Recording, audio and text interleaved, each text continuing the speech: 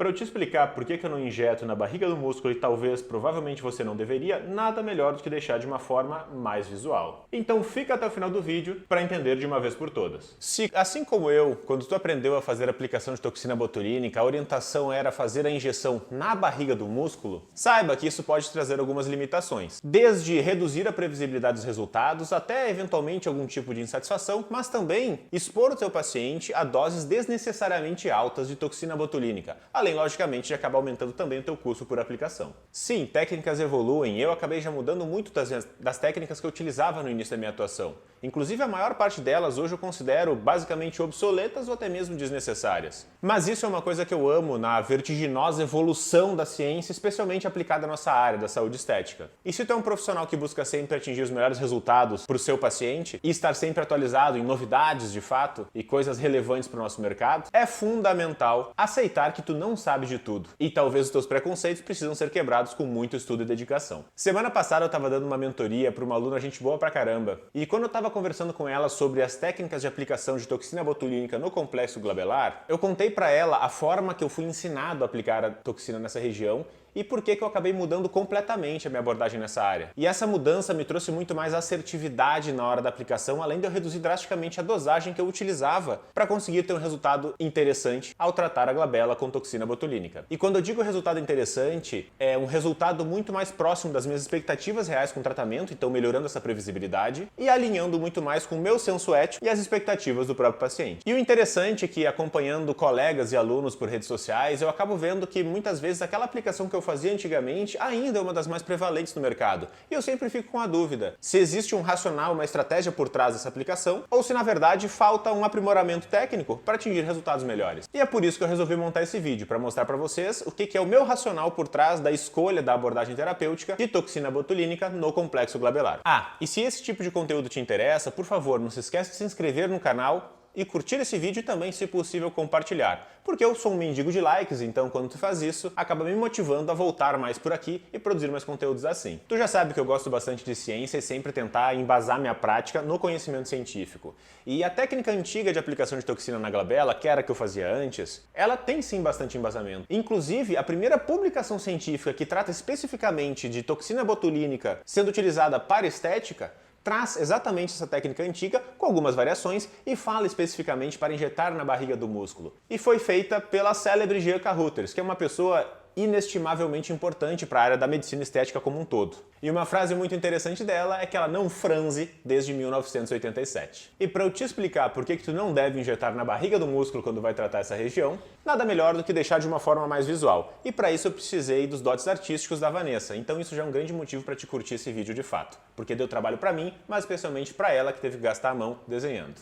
Se o objetivo é aplicar toxina botulínica com o intuito de reduzir as linhas glabelares, logicamente algumas musculaturas que acabam se destacando, especialmente o prócero, os corrugadores, e aí entra um asterisco, pois também tem o depressor do supercílio, dependendo do autor que a gente está utilizando como referência. Em alguns casos, até mesmo a musculatura do orbicular dos olhos acaba tendo um papel importante nessa cara de bravo. E antigamente, como é que eu fazia a minha aplicação? Eu fazia como a maior parte dos profissionais, que era o jeito basicamente que eu havia aprendido.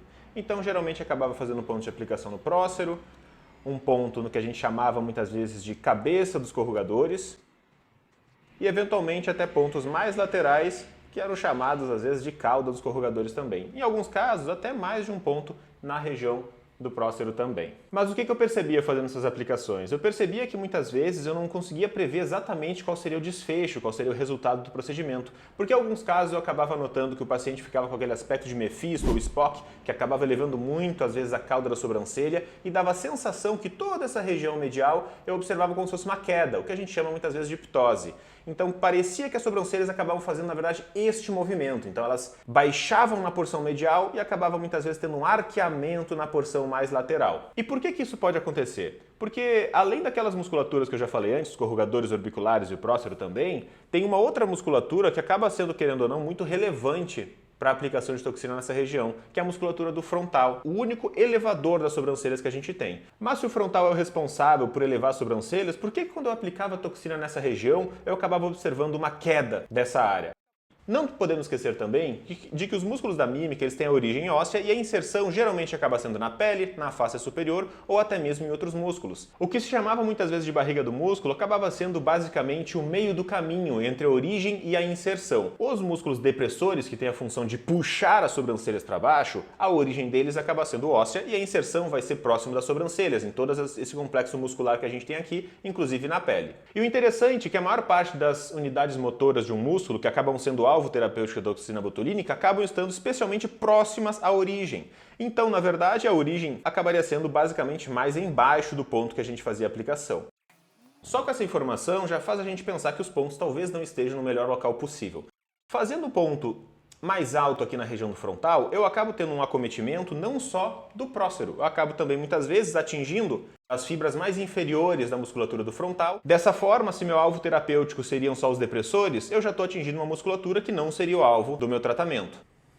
Esse ponto mais superior acaba atingindo não só a musculatura dos corrugadores, mas também um pouco do orbicular dos olhos, porque ele também está nessa área, e também mais fibras do frontal. E a junção desses pontos acaba fazendo com que eu acabe atingindo também fibras importantes da musculatura do frontal, que são responsáveis por elevar essa região, prejudicando a capacidade do paciente de elevar a porção medial das sobrancelhas. E como geralmente a gente não quer atingir essa área mais lateral das sobrancelhas para evitar a tal da ptose frontal, comumente eu acabava sem querer atingindo essa parte medial do frontal por esse tipo de aplicação e a porção lateral ficava mais protegida, com sua atividade menos modulada pela ação da toxina botulínica. Dessa forma, fazendo aquele sentido de abaixando a porção medial e elevando a porção mais lateral das sobrancelhas, ficando basicamente como o Spock. Então, se o meu objetivo é de fato atuar somente nos depressores com esse tipo de aplicação, faz muito mais sentido, na realidade, eu acabar baixando esses pontos de aplicação, porque dessa forma, por estar mais próximo da origem da musculatura, onde tem a maior parte das placas motoras, com a dose da toxina botulínica eu consigo ser muito mais eficiente. Então, evitando a necessidade de diversos pontos espalhados pela região do prócero para ter um efeito mais interessante. Aqui que tem a maior parte de força de contração da musculatura. E aplicando nessa área, interessantemente, eu acabo atingindo especialmente a musculatura do prócero. Agora, quando se trata dos pontos da região dos corrugadores e também, querendo ou não, o depressor do supercílio, novamente acaba fazendo bastante sentido eu acabar baixando esse ponto, porque dessa forma eu acabo entrando novamente na origem da musculatura, tendo uma eficácia muito mais interessante da toxina botulínica. E quando necessário fazer algum tipo de ponto mais lateral, também não tem necessidade de fazer os pontos lá em cima para atingir bastante fibras do frontal. Eu posso simplesmente baixar um pouquinho mais esses pontos, por mais que eles estejam muitas vezes exatamente na linha de sobrancelhas do meu paciente. E interessante que fazendo esse tipo de aplicação, eu acabei reduzindo absurdamente a dose de toxina botulínica que eu precisava aplicar na glabela do meu paciente, então sendo mais assertivo no meu tratamento, evitando a chance de eventos adversos e também de exposição a doses excessivas desse material biológico. E, curiosamente também, em muitos casos, eu não vejo nem mais a necessidade de fazer a aplicação desses pontos mais laterais. Muitas vezes 3 pontinhos acabam sendo suficiente para um resultado estético, natural e equilibrado. E se o objetivo de uma, entre aspas, harmonização facial, que também é um termo um pouco complicado, seria simplesmente equilibrar a mímica do rosto do paciente, eu preciso utilizar a menor dose efetiva para ter um resultado interessante. Com essa breve explicação, espero que tu tenha entendido um pouquinho dos motivos de eu ter alterado completamente a minha forma de aplicação de toxina botulínica nessa área. E como deve ter percebido, que deu bastante trabalho para fazer isso, não só para mim, mas também para a Vanessa, que acabou desenhando e escrevendo basicamente tudo isso, eu acho que está aí, ó, uma comprovação de que esse vídeo merece um like, merece ser compartilhado e também que a sua inscrição é muito importante pra gente aqui no canal. No vídeo anterior eu te expliquei um pouquinho sobre por que eu não acho tão interessante a utilização de lipolíticos para tratar gordura localizada. Se tem algum outro assunto que tu acharia interessante eu trazer aqui no canal para que a gente possa discutir, deixa aqui nos comentários que eu vou adorar fazer um vídeo sobre e parar um tempinho mais para estudar sobre algum tópico também. Inclusive, se tu gostou dessa modalidade de explicação mais visual sobre o procedimento estético, comenta também aqui embaixo, porque se é algo interessante para ti, provavelmente vou fazer mais vezes aqui. Muito obrigado e até a próxima!